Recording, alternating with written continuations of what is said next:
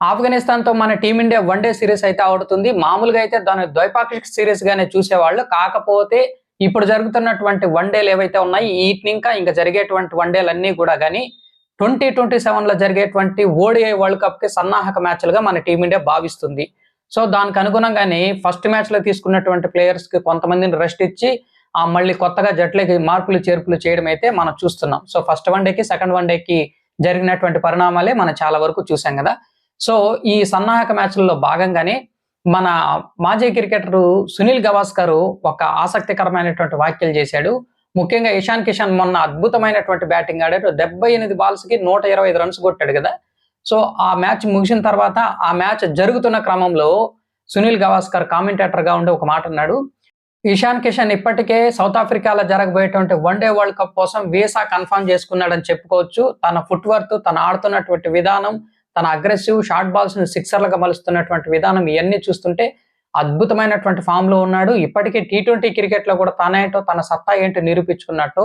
అట్లాంటిది ఇప్పుడు వన్‌డేలకొచ్చి వన్‌డేలో కూడా అద్భుతంగా రాణిస్తున్నాడు. గతంలో ఆడినటువంటి వన్‌డే మ్యాచ్‌ల్లో కూడా తన ఇంపాక్ట్ ఎలా ఉందో, సో అనతి కాలంలో తక్కువ మ్యాచ్‌లు ఆడి వన్‌డేలో డబుల్ సెంచరీ కూడా కొట్టినటువంటి సందర్భాలున్నాయి.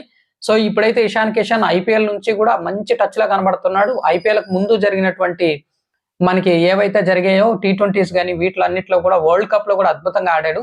అప్పటినుంచి తన అద్భుతమైనటువంటి ఫామ్‌ను కొనసాగిస్తున్నాడు. ఇక వన్‌డే క్రికెట్‌లో తనకు తిరుగులేదు. ఖచ్చితంగా తన బెర్త్ కన్ఫర్మ్ చేసుకున్నాడు అని చెప్పి తను బల్లగుద్ది చెప్పాడు తన గురించి. సో, నిజానికైతే ఇషాన్ కిషన్ ఆడుతున్నటువంటి విధానం అలాగనే ఉంది. సో, మొన్న కూడా మనం గమనించాము. అసలు 50 రన్స్ కొట్టడానికి ఎంతో చాలా స్లోగా ఆడుతూ బిల్డ్ చేస్తూ మ్యాచ్‌నొచ్చాడు. ఎప్పుడైతే 50 అయిపోయిందో 50 తర్వాత శుభ్మాన్ గిల్ ఏదో 80 ప్లస్ 90లో ఉన్నటువంటి ఇషాన్ కిషన్ అంటే ఇతను 50 చేసిన తర్వాత ఎంత అగ్రెసివ్‌గా ఆడాడో మనం చూసాం. సో, మొదటి 50 కొంచెం నిదానంగా ఆడినప్పటికీ రెండో 50 వన్‌డే క్రికెట్‌లో 19 బాల్స్‌కే వచ్చింది. సో, ఓవరాల్‌గా మనకి శుభ్మాన్ గిల్ సెంచరీ చేసేలోపు ఇషాన్ కిషన్ కూడా సెంచరీకొచ్చేసాడు. సో, అంత టీమ్‌కి ఏ సందర్భంలో ఎలా ఆడాలి? సో, జట్టు స్కోర్‌ని ఎలా పెంచాలి?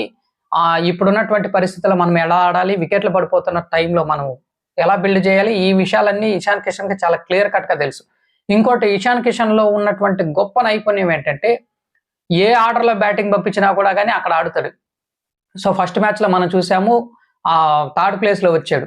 సెకండ్ మ్యాచ్‌లో ఫోర్త్ ప్లేస్‌లో వచ్చి అద్భుతమైనటువంటి సెంచరీ కొట్టాడు.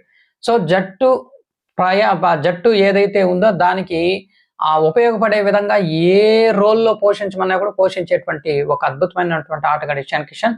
సో, అందుకే సునీల్ గవాస్కర్ కూడా ఈ వ్యాఖ్యలైతే చేశాడు. సో, మరిన్ని క్రికెట్ ఇంట్రెస్టింగ్ వార్తల కోసం మన ఛానెల్‌ని సబ్స్క్రైబ్ చేసుకోండి.